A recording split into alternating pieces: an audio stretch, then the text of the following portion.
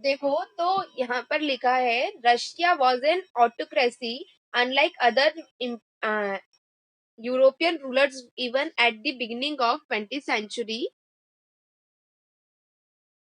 The Tsar was not subjected to parliament. Liberals in Russia campaigned to end his state of affairs. देखो क्या था, autocracy का मतलब होता है कि कोई एक व्यक्ति ही जो है वो क्या करता है, शासन करता है, गवर्न करता है, राज्य करता है ना। तो यूरोप में, सॉरी, रशिया में कैसा था, रशिया में उस टाइम पे क्या थी, ऑटोक्रेसी थी। ऑटोक्रेसी मतलब किसी एक व्यक्ति के हाथ में सारी पावर्स जो थी वो एक ही पर्सन के पास में थी, है ना।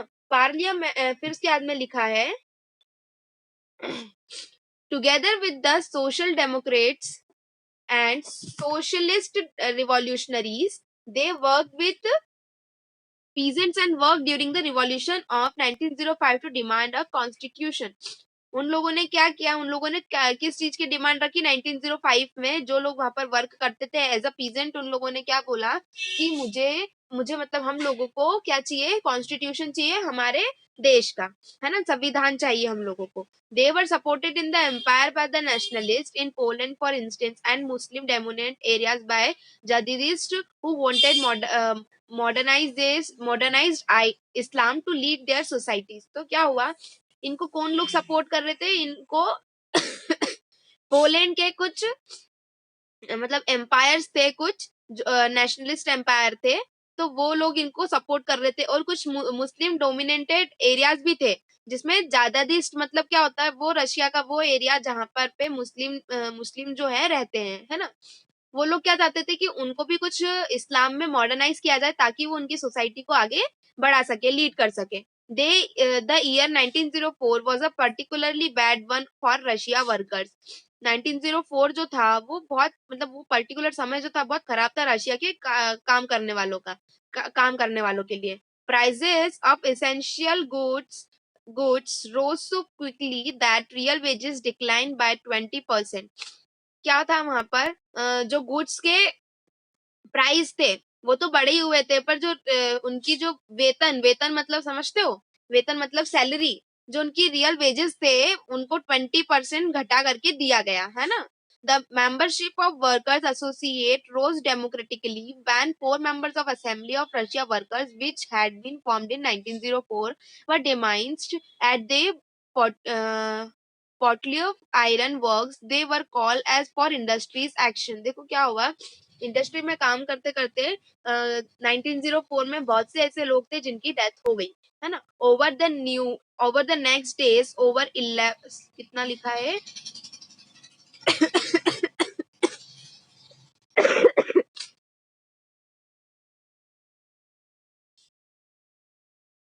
over the next few days, yes,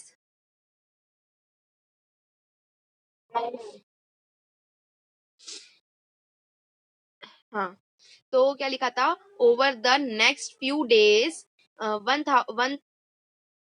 11 lakh workers in St. Petersburg went on strike demanding a reduction in the working day to 8 hours, an increase in wages and improve in working condition. तो इतने लोगों ने कहाँ पर, संत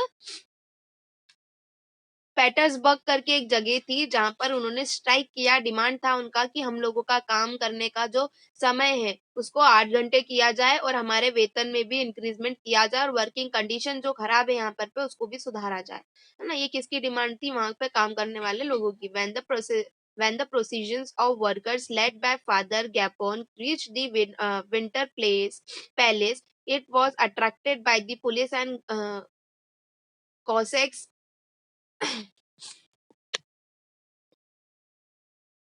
जब वो लोग जो थे, वर्कर्स जो थे, वो कहाँ पर किसके द्वारा पहुंचे वहां तक पे, विंटर पैलेस पे किसके द्वारा पहुंचे, फादर गैपोन के द्वारा पहुंचे, है ना। उन लोगों ने वहां पर क्या किया, it was attacked by the police and the Cossacks. उन पे किन लोगों ने, विंटर पैलेस पे किन लोगों ने हमला किया, अटैक किया, पुलिस ने और कोसाक्स ने। अभी हाँ, the incidents 100 workers were killed and about 300 bounded. देखो क्या हुआ उसमें, 100 जो वर्कर्स थे जो काम वहां पर करते थे ना, 100 लोगों को उन्होंने मार दिया और 300 लोगों को उन्होंने घाव पहुंचाया है ना, बहुत गहरे घाव दे दिए। यस।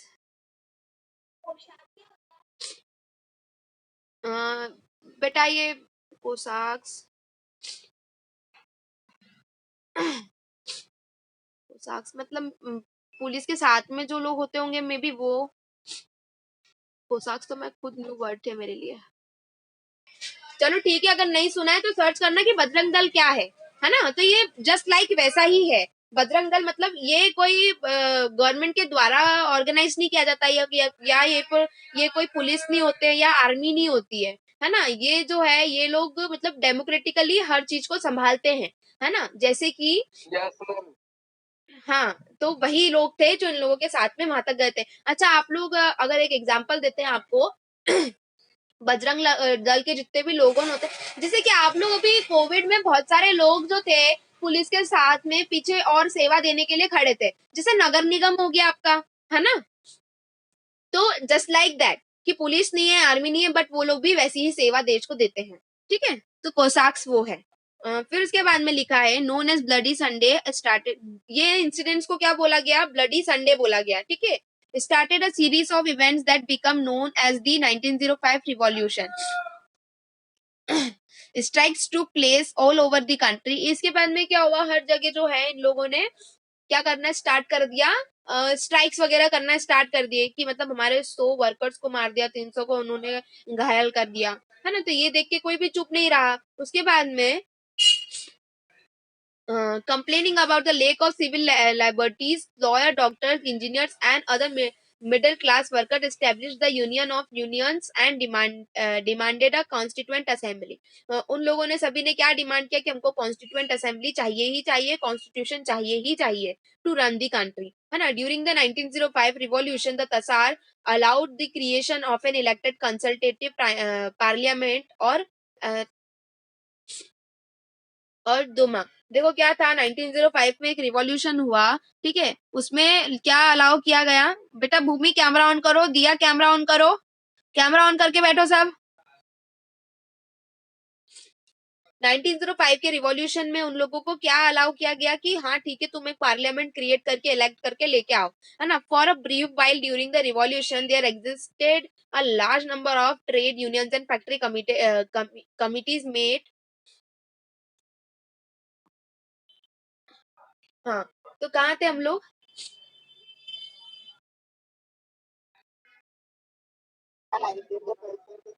बहुत सारे कमिटीज जो थी, बहुत सारी फैक्ट्रीज के वर्कर्स जो थे, वो इन सब चीजों में क्या आए, सबसे आगे आए इस रिवॉल्यूशन में, है ना। After 1905 most committees and unions work unofficially since they were declared illegal, है ना। बहुत सारी कंपनीज, बहुत सारी फैक्ट्रीज, बहुत सारी कमिटीज ऐसी हुई कि जिनको ऑफिशियली कोई दर्जा नहीं दिया गया था, बट वो फिर भी वर्क कर रहे थे, है ना।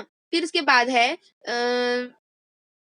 the Tasar dismissed the first Dama within 75 days and re-elected second. देखो दमा मतलब पार्लियामेंट, है ना। उन लोगों ने 75 के दिन के अंदर अंदर ही उन लोगों को डिसमिस कर दिया, है ना। और उसके बाद में एक और इलेक्शन, री इलेक्शन उन्होंने किया सेकेंड दमा विद इन द 3 months। उन्होंने 3 महीने के अंदर अंदर एक और सेकेंड पार्लियामेंट जो है वो निकाल दिया। He did not want any questions of his authority or any reduction in his power. वो क्या जो थे वो क्या चाह रहे थे कि भैया हमको कोई हमसे कोई क्वेश्चन नहीं करना चाहिए, है ना। हमसे कोई क्वेश्चन नहीं होना चाहिए, और हमारी जो अथॉरिटी है, हमारी जो पावर है, उसको रिडक्शन नहीं होना चाहिए, मतलब उसमें कमी नहीं आनी चाहिए, है ना। जितनी हमारी पावर है उतनी ही रहनी चाहिए। He change the voting laws and packing the third Duma with the conservative politicians, liberals and revolutionaries were kept out, है ना। इसमें उन्होंने क्या किया, एक और वोटिंग किया जिसके अंदर उन्होंने थर्ड, जिसको थर्ड दमा बोला गया, है ना। उसके अंदर उन्होंने कंजर्वेटिव पॉलिटिक्स, लिबरल और इन सबको क्या करा, बाहर रखा इस सब चीजों से, है ना। जितने भी रिवॉल्यूशनरी थे, जितने भी ये लोग थे, इन लोगों को सबको उन्होंने क्या कर दिया, बाहर कर दिया इस इलेक्शन से। The first world war and the Russian empire.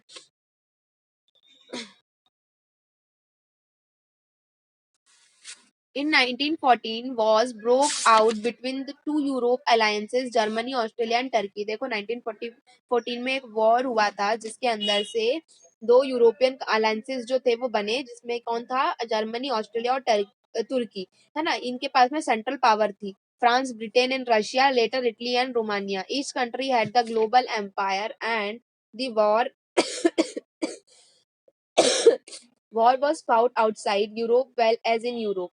This was the first world war. है ना, ये फर्स्ट वर्ल्ड वॉर इसको बताया गया जिसके अंदर उन्होंने यूरोपियंस ने रिवॉल्यूशन जो था लड़ा था, है ना, मतलब यूरोप के बाहर जाकर के उन्होंने जो था वो लड़ा और यूरोप के अंदर भी लड़ा जा रहा था, ठीक है. In Russia the war was initially popular and people rallied around Tsar Nicholas II as the war of continued thought the Tsar refused to consult the main parties in the Duma support war this